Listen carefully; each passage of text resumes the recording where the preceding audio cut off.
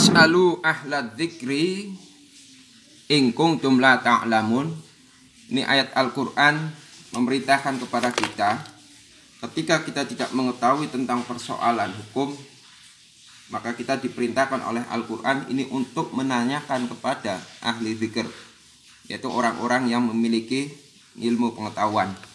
Kalau misalkan kita itu tidak tahu, jadi jangan sampai kita tidak tahu ilmunya, terus kemudian kita tidak mau menanyakan kepada para ahlinya.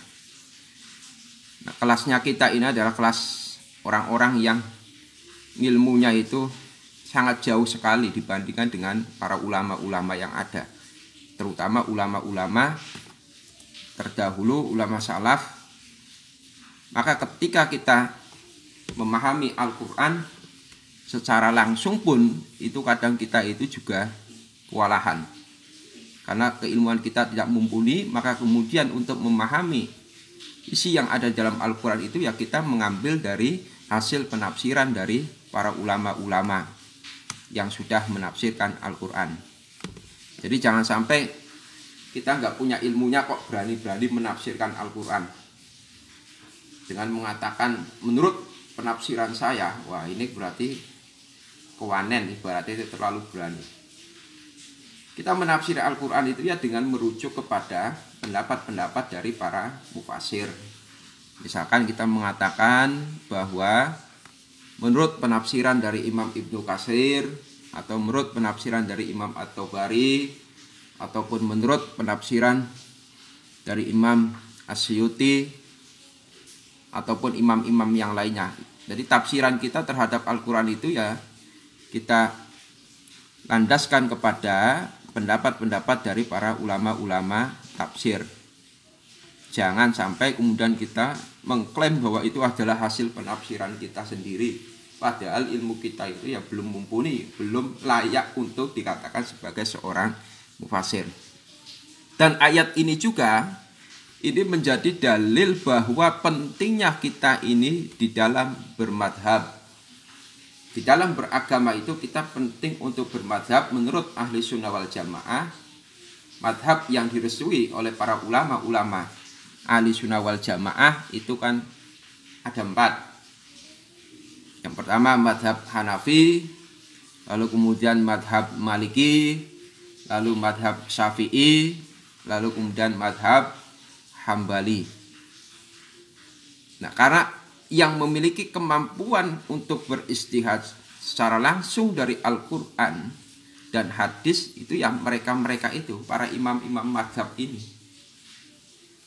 Maka kita, anak ilmu kita itu terbatas, kita tidak bisa menggali langsung dari Al-Quran dan hadis, maka kita kemudian merujuk kepada pendapat para ulama.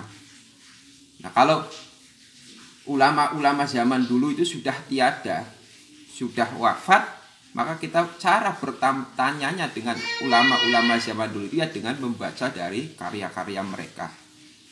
Dengan kita bermadhab kepada madhab Syafi'i atau madhab Maliki, Hanafi ataupun Hambali sesuai kecenderungan dari madhab di daerah masing-masing ya.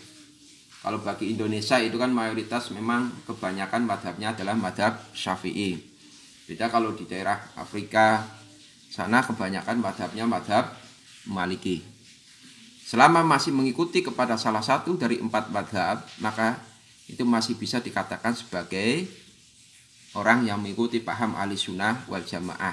Tapi kalau di luar dari 4 madhab yang diresmikan oleh ulama ahli sunnah wal jamaah, nah itu berarti kan sudah keluar dari ketentuan-ketentuan aswaja itu.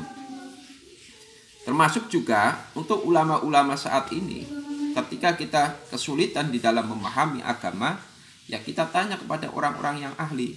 Maka ini penting juga kita belajar itu dengan ada guru.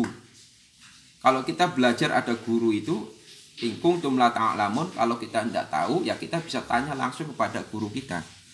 Tapi kalau orang kok belajar sendiri, mencoba untuk memahami sendiri, maka nanti yang mengajari itu malah setan.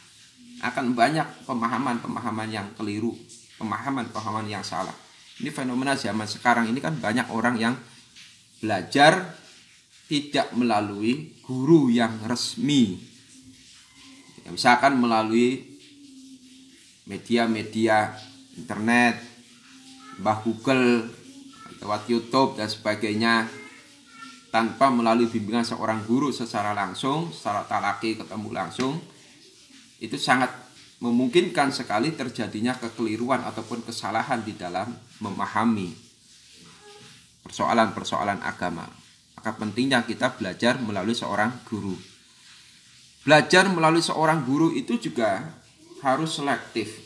Ada orang yang dia belajar melalui guru, tapi gurunya tidak memiliki kapasitas keilmuan yang mumpuni. Apalagi kalau sanad keilmuannya itu diragukan, nah ini akan tambah masalah lagi. Akhirnya yaitu jadinya jadi salah berjamaah antara guru dan murid, ini nanti sama-sama salah paham, foto-foto salah paham ya, mereka gurunya itu tidak memiliki pengetahuan yang mumpuni tadi.